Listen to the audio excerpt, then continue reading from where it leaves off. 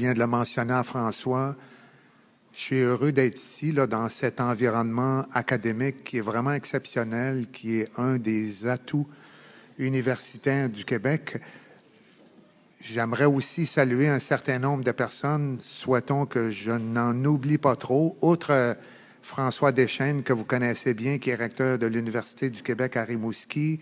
Il y a Mme Annie Saint-Laurent du bureau de mon collègue Harold Lebel. Il y a Simon Delille, qui est coordonnateur régional du MIFI. Il y a Pierre Bédard, qui est le DG du Collège de Matane. René Gingras, DG du Collège de Rivière-du-Loup.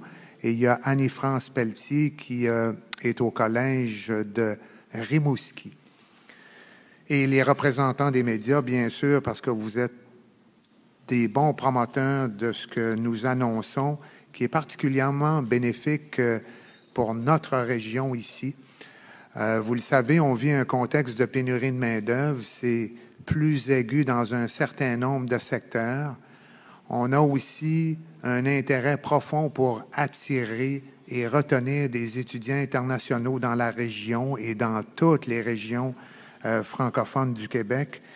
Et ce que j'annonce ce matin, c'est une exemption des frais de scolarité pour les étudiants internationaux qui vont venir étudier à temps complet à l'extérieur de la communauté métropolitaine de Montréal. Donc, ils n'auront plus à payer des frais de scolarité supplémentaires. Ils vont payer les mêmes frais que les étudiants québécois. Ce qui représente, vous le savez, au niveau collégial, quelqu'un qui arrive de l'étranger a à assumer à peu près 17 000 $ par année, alors qu'au Québec, il n'y a pas de frais de scolarité au niveau collégial. Et à l'université, c'est 24 000 $, alors que l'étudiant québécois assume environ 3 000 $. Donc, il y a une économie de 17 000 $ pour l'étudiant international qui vient dans un collège et 21 000 $ pour un étudiant international qui vient à l'université. Dans le contexte de l'opération main-d'œuvre, vous savez, il y a un certain nombre de secteurs publics essentiels, tout ce qui s'articule autour de la santé, les infirmières, puis je sais que vous êtes très actifs dans les programmes de sciences infirmières ici à Rimouski. L'éducation, les enseignantes, les enseignants, tout ce qui concerne l'éducation à la petite enfance. Et il y a des secteurs privés qui sont véritablement névralgiques à l'économie du Québec. Pensons aux technologies de l'information et au génie notamment. Donc, dans la perspective de l'opération main-d'œuvre, les étudiants internationaux qui viennent étudier dans ces programmes-là pourront bénéficier de l'exemption que j'annonce aujourd'hui. Vous le savez, puis je veux donner quelques exemples pour être un peu plus pratique, là, mais il y a les techniques de soins infirmiers au cégep de Trois-Rivières, il y a la technologie de génie civil au cégep de Chicoutimi, maintenant Saguenay. Il y a le baccalauréat en enseignement secondaire, ici aussi, François, à l'Université du Québec à Rimouski. Il y a le génie électromécanique à l'Université du Québec en Abitibi-Témiscamingue. Il y a beaucoup de mesures, beaucoup de programmes qui vont être sur le site québec.ca. Je suis convaincu que ça va favoriser l'attraction. Et vous savez que le taux de rétention des étudiants internationaux est extrêmement élevé. On mentionnait ici à Rimouski à peu près 75 %. Mais quand tu viens étudier ici, généralement, tu découvres une communauté, tu adhères à des valeurs sociales et québécoises, tu te fais un chum, tu te fais une blonde, tu te trouves un emploi. Et les personnes qui vont venir de l'étranger, qui vont étudier à temps complet, vont aussi bénéficier d'un accompagnement personnalisé.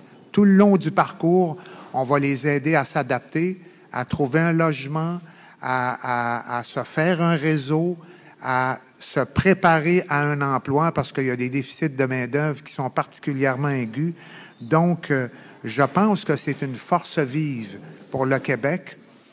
Puis, un autre élément que nous discutions un peu plus tôt, quand les personnes arrivent ici au cégep de Rimouski, il y a aussi une forte probabilité que la personne puisse décider de continuer son parcours académique à l'Université du Québec à Rimouski. Donc, c'est du capital humain Ici, dans notre constituante de l'Université du Québec, on a à peu près 10 %.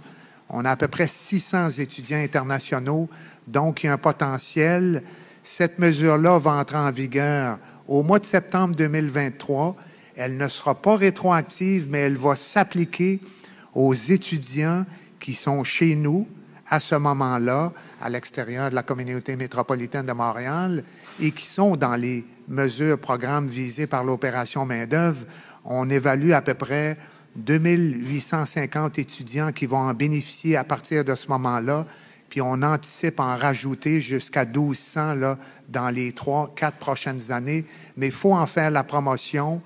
L'avenir du Québec passe par la régionalisation de ces étudiants internationaux-là. Il faut s'assurer de pouvoir en bénéficier totalement. Je pense que c'est la formule qui va nous permettre de gagner dans les régions, pour les étudiants, pour les entreprises, pour les partenaires qui sont impliqués dans l'écosystème social et économique du Québec. Alors voilà, merci, c'est l'annonce que je voulais faire et bien sûr souligner l'étroite collaboration de ma collègue à l'enseignement supérieur, Danielle McCann, qui va contribuer à la mise en application de ce que j'annonce ce matin. Alors, merci beaucoup de votre présence. Merci beaucoup, M. Boulay.